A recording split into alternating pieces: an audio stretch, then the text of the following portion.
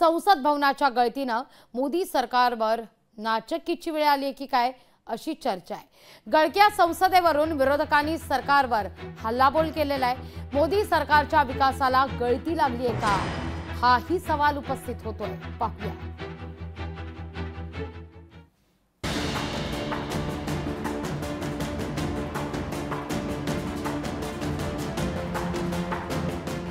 मोदी सरकारनं मोठा गाजावाजा करत नवीन संसद भवन बांधलं खरं, पण पहिल्याच पावसात या संसद भवनाच्या बांधकामाच्या दर्जावर प्रश्नचिन्ह निर्माण झालंय।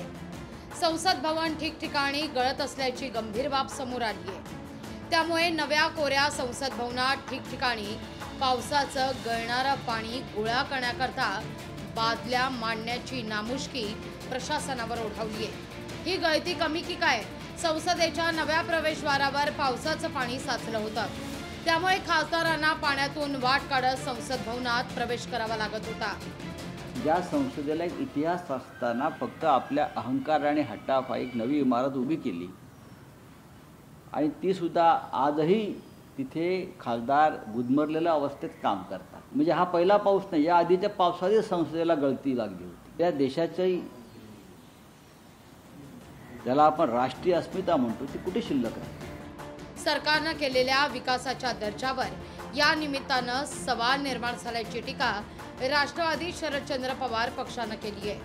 गळक्या संसदेत खासदार भिजू नयेत याकरता राष्ट्रवादी शरदचंद्र पवार पक्ष खासदारांना छत्र्या वाटणार आहे। देशाचे प्रश्न मांडतायत ते खासदार, ते आजारी पडू नयेत, कारण का व्हायरल आहे आता ताप सर्दी खोकला, त्या प्रकारातनं वाचले पाहिजेत ना आपले खासदार। आणि त्यांच्यासाठी म्हणून आम्ही सोमवारी या संसदेत सगळ्या छत्र्या पोचणार आहेत। 600 छत्र्या आम्ही पाठवणार आहोत शरद पवार साहेबांतर्फे।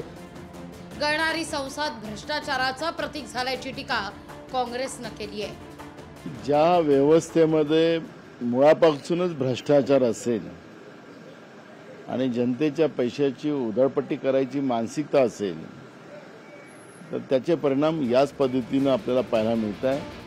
विरोधकांनी केलेल्या आरोपांचा भाजपनं समाचार घेतलाय। तांत्रिक बाबीमुळे कुठं गळती लागली असेल तर त्याला सरकार जबाबदार कसं, असा सवाल भाजपनं केलाय। 2010 साली अशाच प्रकारचं ज्यावेळी काँग्रेस सरकार होतं त्यावेळेचं एक गळतीचं छायाचित्र माझ्याकडे आलं आहे। मग त्यावेळी कोणी भारतीय जनता पार्टीने बघा लोकसभा जिने पार्लमेंट बांधलं त्यांनी कशी व्यवस्था केली बघा असं म्हटलं नाही। मला वाटते काही गोष्टी कोत्या मनोवृत्तीच्या नसतात।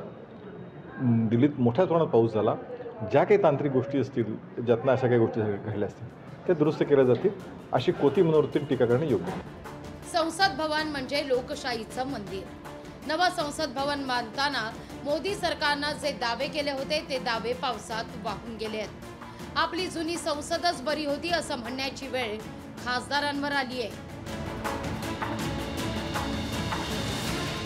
विनोद राठोड, लोकशाही मराठी, मुंबई।